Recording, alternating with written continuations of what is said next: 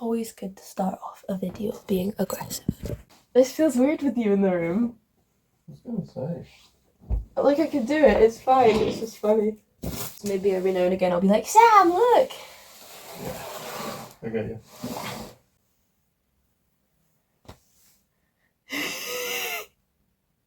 I love you. What? Nothing. So, after not successfully completing my book buying ban, but like it also was successful because I've gained books, so you know, that's what book buying ban's for.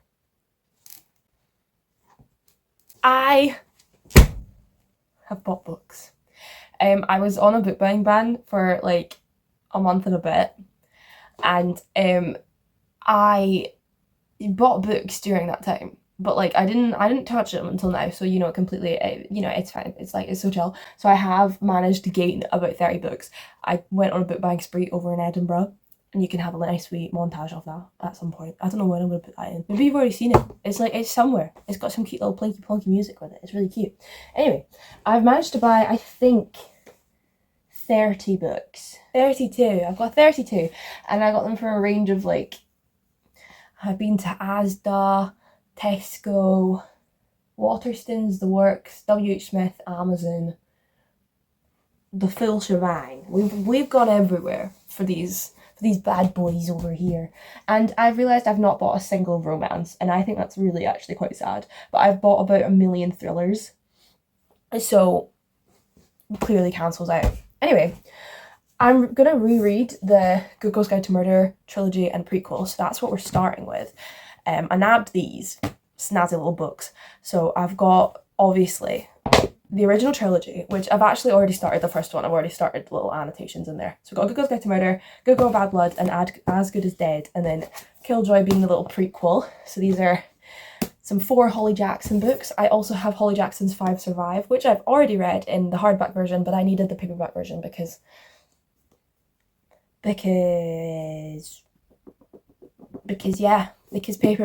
paperback girlies all around new paperback books, but I couldn't wait, so I got the hardback one, and I've already read it, but I just figured, you know, I needed it all to match. Anyway, so I've just rebought her entire collection over there. Please excuse me if I am being tremendously awkward because my boyfriend's listening in on this, being a little sneaky little devil over there. Go team. I actually meant to go through my thrillers last. I'm doing these in completely the wrong order to what I planned. I do think this is entirely Sam's fault. Yes. Thank you. Right, okay, I'm going to now do it in the order I meant to, now that we've got Good Girls Guide to Murder out of the way, because that's just the best book series in the world. Don't you agree, Sam? Absolutely. So I've managed to gain 5 like literary fiction novels, 4 of them contemporary, 1 of them historical. Actually, more than 1 of them might be historical. I don't know when some of them are set. But so I've got the last book in the 6 Tudor Queens, I was about to say trilogy, but it's 6 books, and I don't actually know what that is.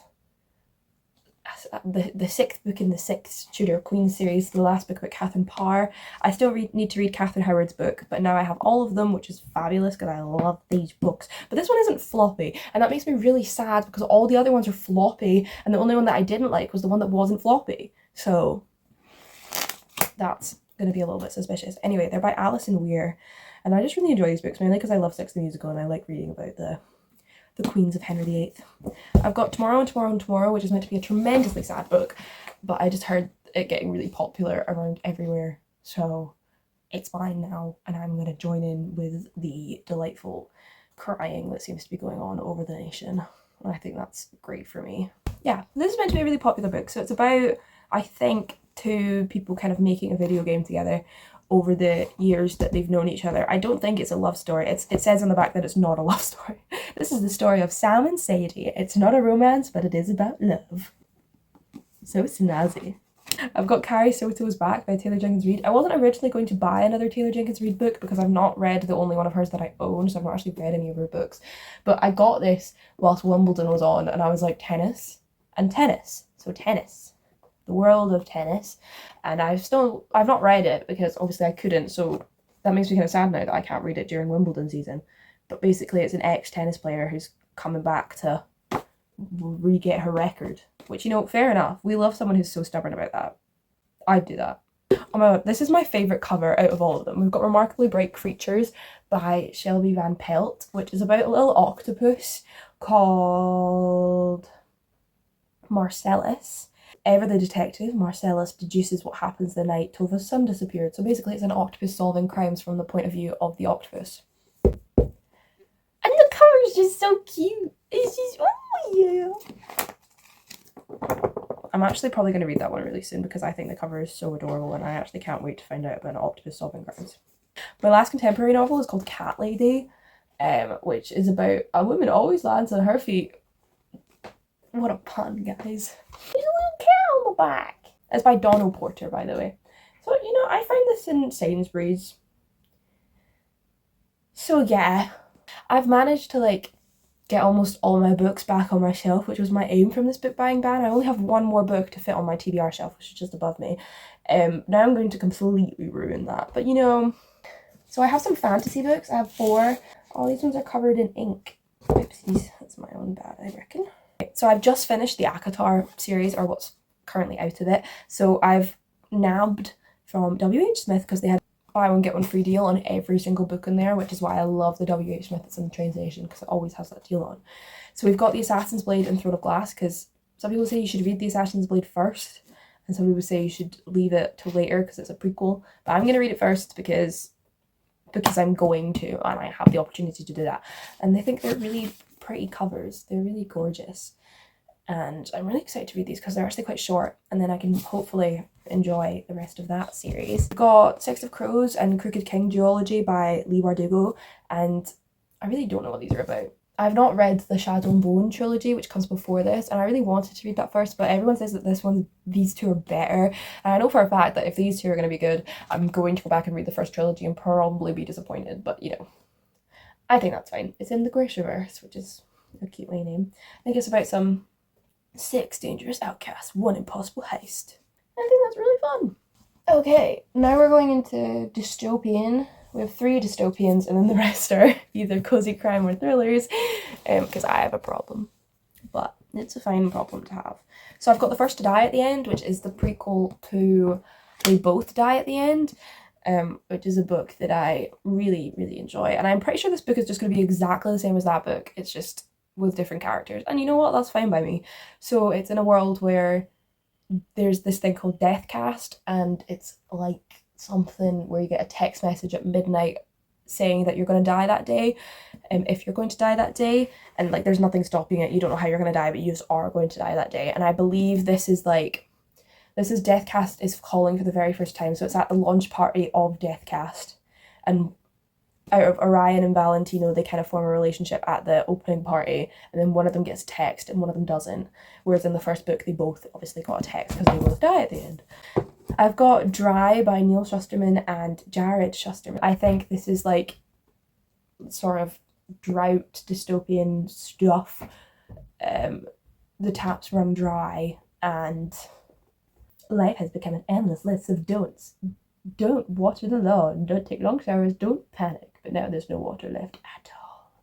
They wrote the Scythe series, well, Neil Shusterman did, and I loved that series, so did Sam.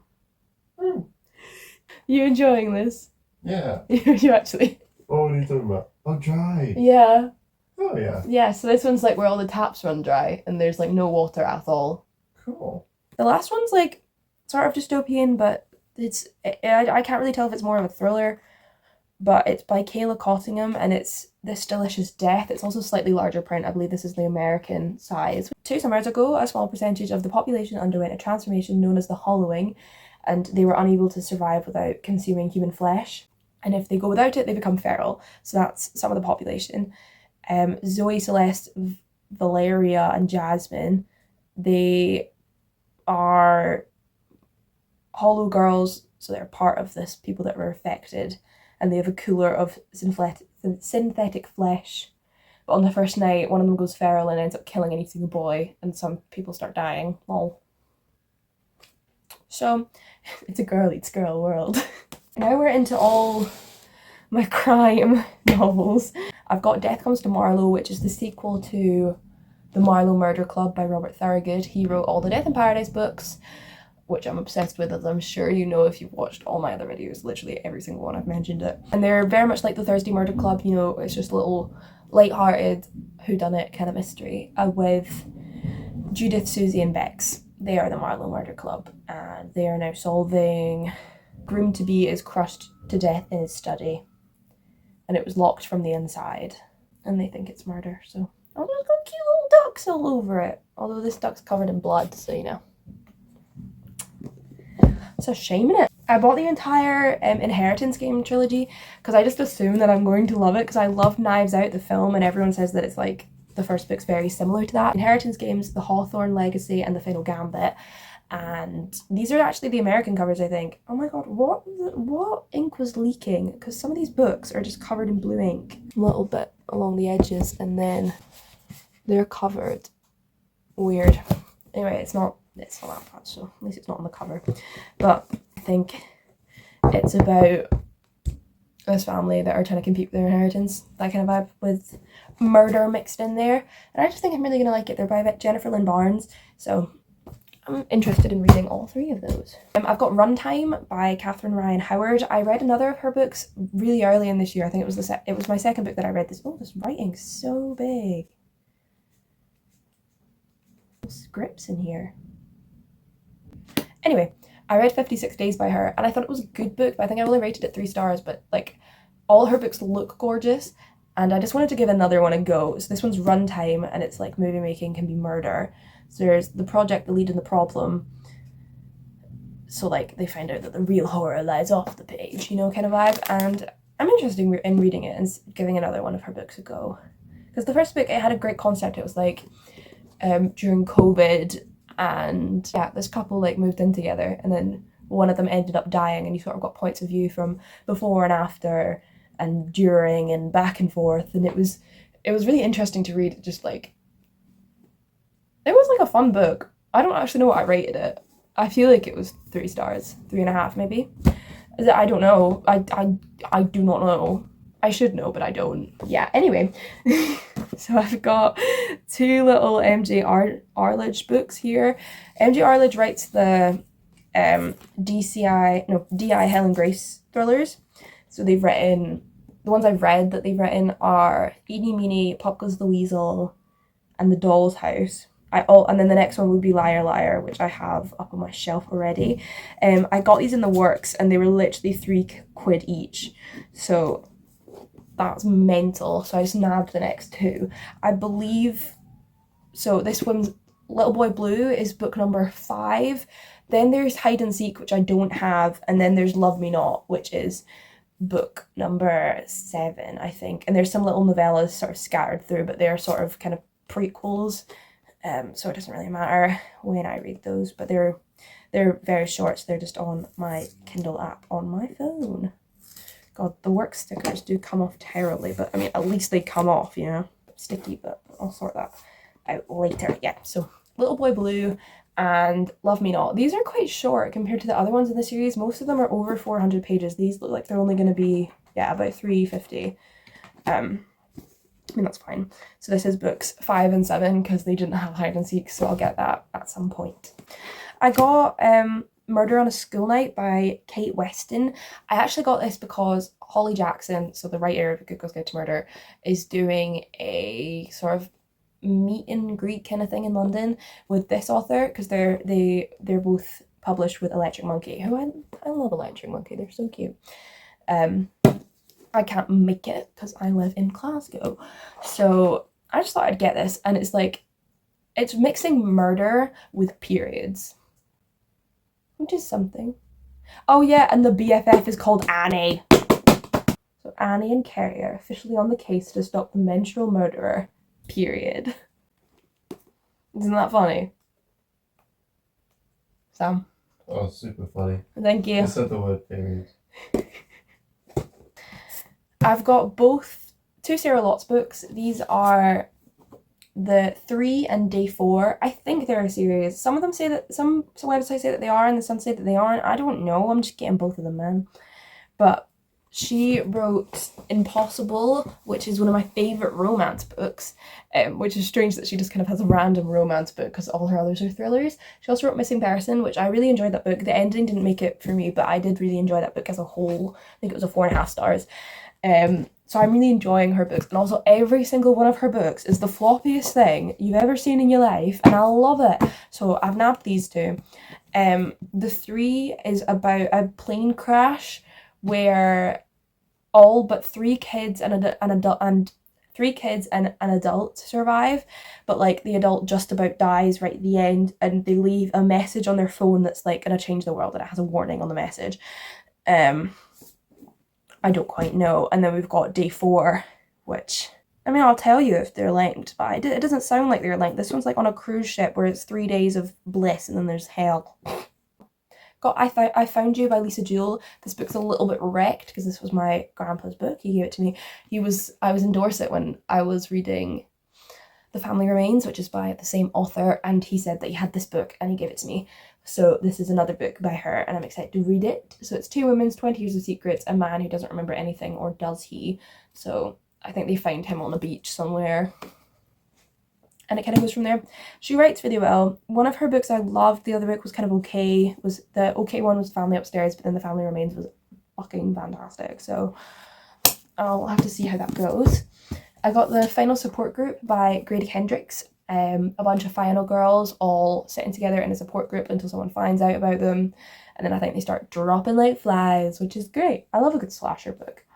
I've not got many because they're kind of all the same, I suppose. But that's fine. It's fine.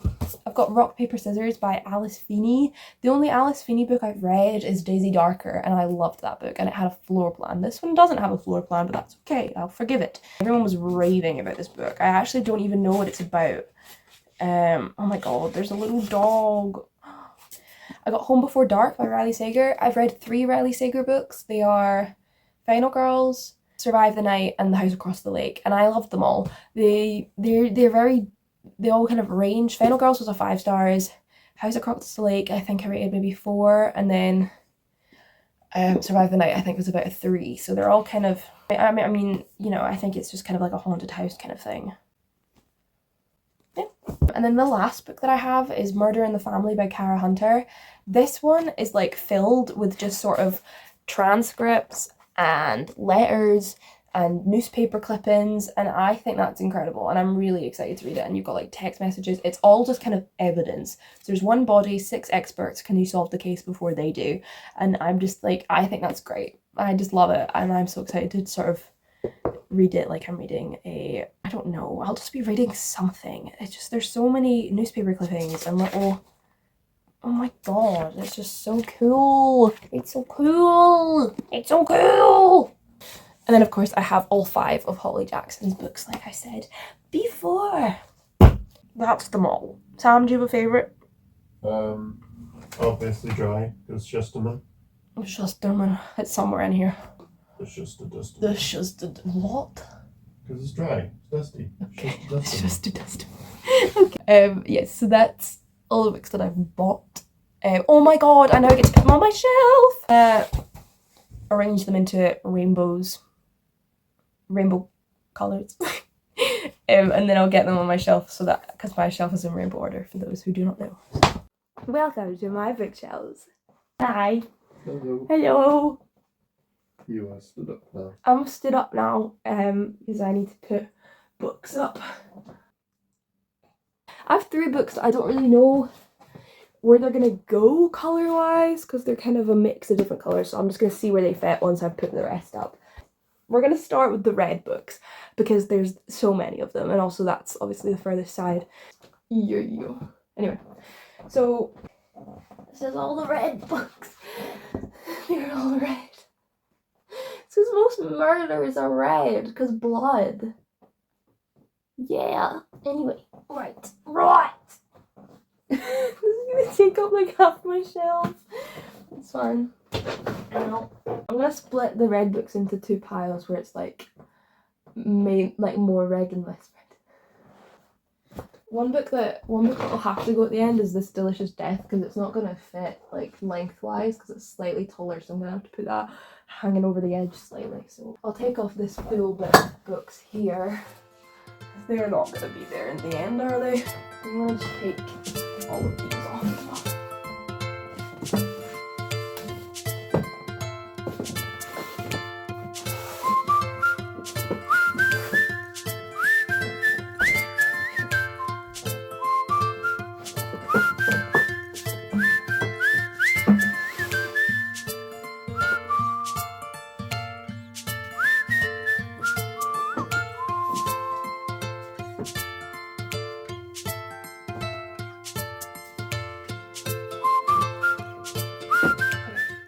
Most of the red books are either like a fully red spine, black with red writing, or white with red writing. So I'm going to try and interchange those so they're all woven together, because they're all kind of equally on the red scale. So, because here I have a lot of white and red. Oh my god, there's more! I missed the other half.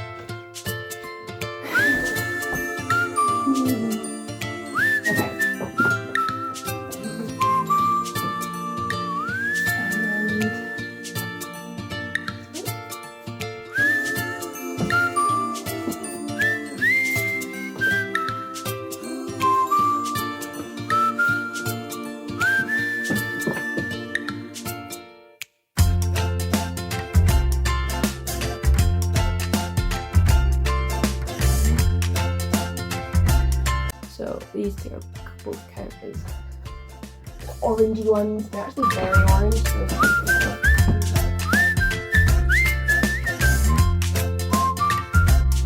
I did 3 yellow books, but I'm actually going to put 5 Survive straight on my bookshelf because I've already read it, and I'm not planning on rereading it anytime soon. But my Good Will Sent to Murder ones I am, so that's why they're sitting up there. So this is just going to go over here now.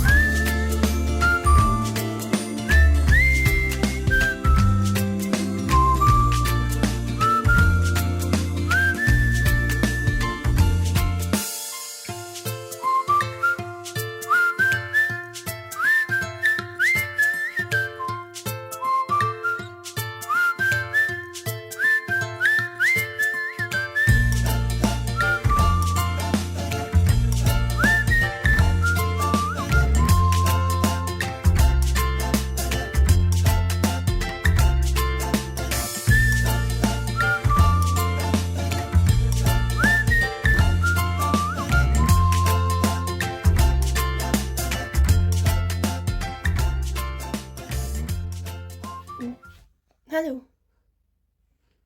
I didn't realise he'd be in shot, even though I suppose that makes sense. Oh my god, okay, he's gone. Anyway, he died. So I think I've nailed it. With the little love candle. Whoa. The other one says happy, in case anyone wants to know, which I don't know if you do. But the happiness is going to go with the other yellow books. Maybe I can put it in the middle. Lovely. There's all my books. So they're not all on my TBR shelf anymore, but that's fine. They're adorable, so who cares? Thanks for watching. Yay, I don't know how to exit, so bye. Say bye, Sam. Okay, well, he's up there somewhere. Somewhere.